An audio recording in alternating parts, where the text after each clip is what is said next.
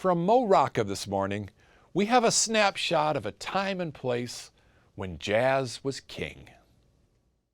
These people were known for the sounds they made, and yet we're talking about a picture. If you look at each picture, you hear what they sounded like. You can hear Horace Silver playing the piano. You hear Interlock playing drums.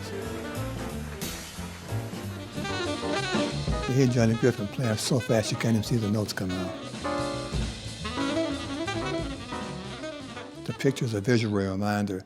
Jazz legend Ron Carter is the Guinness World Record holder as the most recorded jazz bassist in history.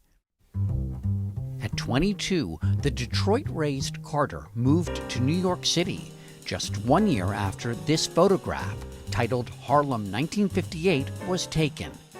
Nearly 70 years later, it remains among the most important images of American culture. It's hard to even voice the feeling of no longer having these friends to play with, to have arguments with, to say, I love you, take care. When I see all these people here, that they're all gone, man. And I made records with at least 50 of these artists I made records with. That's 50 out of the 58 jazz greats who assembled on a hot day in August 1958 for a kind of class photo. They included bandleader Count Basie, pianist Thelonious Monk, and trumpeter Dizzy Gillespie. 57 made the final frame. Pianist Willie the Lion Smith was resting on a nearby stoop. I like that screenshot because it shows my dad, camera in hand, crossing the street. Jonathan Cain grew up looking at these photographs. People are just about in the formation that they're about to be in. It's not quite at the final moment. It's about to happen. The portrait was the brainchild of a 33-year-old hotshot art director turned photographer named Art Cain, Jonathan's dad. Do we know how soon this was ordained a classic? I think almost immediately. It ran in Esquire a few months later in January 1959. It caused an immediate sensation. Cain says his dad, who died in 1995, didn't want to shoot in a sterile studio. Now imagining all these legends spilling onto this street. Incredible to think. Instead, he chose this brownstone-lined street in Harlem. The call time was 10 o'clock, and he was probably there by 8:30, pacing back and forth. And suddenly he's seeing, wow, there's Coleman Hawkins, and wow, there's Charles Mingus, and wow, there's Dizzy Gillespie, and there's my hero, Gene Krupa. It must have been emotional overload. Here are all your heroes. Now capture them perfectly. Yeah, and also how to get their attention, because they were talking to each other and laughing, and just how it was like a huge party. The thing I actually love about this photo in particular are the children. LaTanya Autry is an art historian at Harlem's Schomburg Center for Research in Black Culture. For the most part, they are kids in the neighborhood, and they just kind of take front and center. I feel like it really does some kind of sense of stabilizing. The saxophonist Benny Golson called this photograph a cornucopia of enriching lives. Benny was well known for sending notes to his friends, and these notes would send his friends to the dictionary. For Ron Carter, the photo is an opportunity to reflect.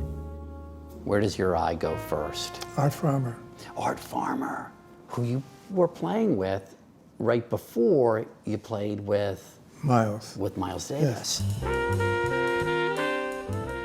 A 25-year-old Carter joined the Miles Davis Quintet in 1963.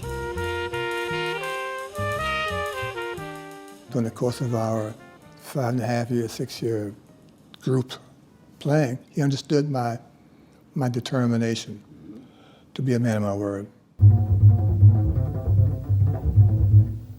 Carter's combination of genius and reliability made him one of the most in-demand jazz musicians, performing with B.B. King, Herbie Hancock, Lena Horne, and so many others.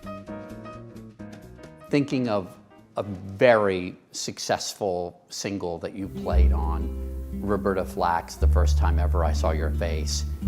Imagining that without the bass, well, it's unimaginable. It's the heartbeat, Thank you. right?